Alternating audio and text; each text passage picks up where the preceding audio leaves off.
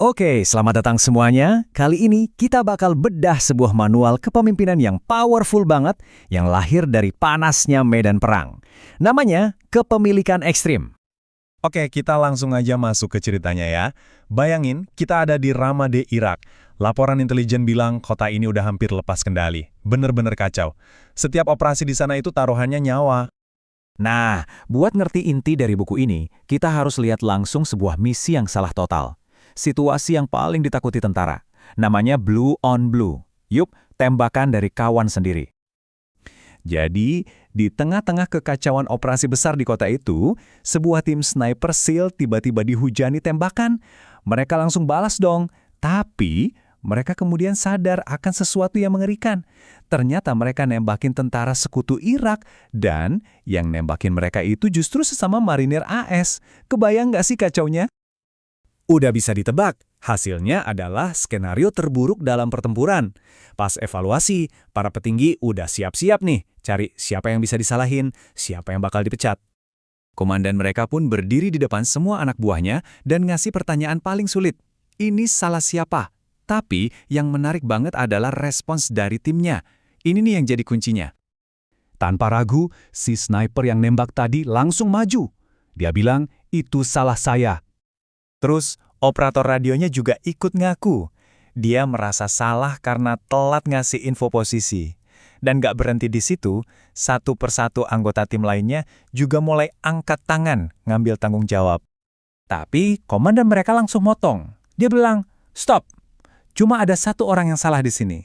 Saya. Dia menegaskan, sebagai pemimpin, dialah yang bertanggung jawab penuh atas semua yang terjadi. Gak ada orang lain yang bisa disalahin. Nah, momen inilah, momen pertanggungjawaban total dari seorang pemimpin yang jadi fondasi dari seluruh gagasan kepemilikan ekstrim ini.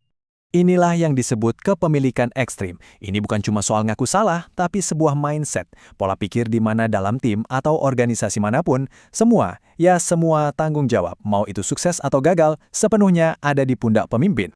Kenapa pelajaran dari medan perang ini begitu berharga? Karena di sana taruhannya mutlak. Hidup atau mati, gak ada ruang buat kesalahan. Makanya, seorang pemimpin bisa dapat pelajaran setara seumur hidup cuma dalam beberapa kali penugasan aja. Oke, jadi gimana sih prinsip ini kalau diterapin? Biar kebayang, kita geser dulu dari medan perang Irak ke tempat latihan paling keras di dunia, tempat para Navy SEALs ditempah, Budas. Nah, ini bagian yang menarik banget. Ada eksperimen sederhana, tapi hasilnya luar biasa. Cuma dengan satu perubahan, yaitu ganti pemimpinnya, tim yang tadinya langganan jadi juru kunci, ini tiba-tiba jadi juara. Padahal anggotanya sama persis loh. Nggak ada yang diganti sama sekali. Jadi pelajarannya jelas banget kan? Ini membuktikan satu hal. Nggak ada tim yang jelek, yang ada cuma pemimpin yang jelek. Sikap dan rasa memiliki dari seorang pemimpin itulah yang jadi penentu segalanya. Dan jangan salah, ini bukan cuma buat di militer aja. Prinsip yang sama ternyata sangat relevan dan bisa langsung diterapkan di dunia bisnis di ruang rapat. Lihat kan perbandingannya? Jelas banget. Si CTO yang gagal ini persis kayak pemimpin kru perahu V yang pertama tadi. Sibuk nyari kambing hitam, nyalahin ini itu, tapi nggak mau ngaca. Karena dia nolak buat ambil alih tanggung jawab, ya timnya hancur. Akhirnya CEO-nya sadar kalau dia terus mentolerir sikap CTO yang suka lempar batu sembunyi tangan ini, artinya dia ngebiarin standar jelek itu jadi budaya di seluruh perusahaan. Jadi dia pun ambil keputusan pahit, CTO itu harus pergi. Dan hasilnya, ya persis kayak cerita kru perahu tadi, begitu CTO baru yang punya mindset kepemilikan ekstrim masuk, seluruh kinerja tim langsung berbalik arah. Perusahaan yang tadinya merugi, sekarang mulai untung lagi. Tapi tunggu dulu, kepemilikan ekstrim ini bukan berarti jadi bos yang diktator loh. Justru, pelajaran paling penting dan paling sulitnya adalah soal keseimbangan.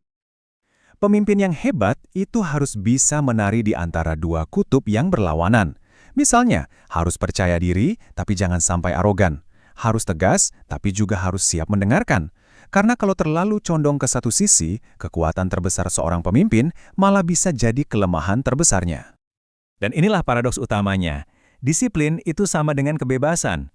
Kedengarannya aneh ya, tapi coba pikirin. Punya aturan dan standar yang jelas itu bukan buat ngekang tim, justru sebaliknya. Aturan itu ngasih mereka kebebasan buat berimprovisasi dan bergerak lincah untuk menang.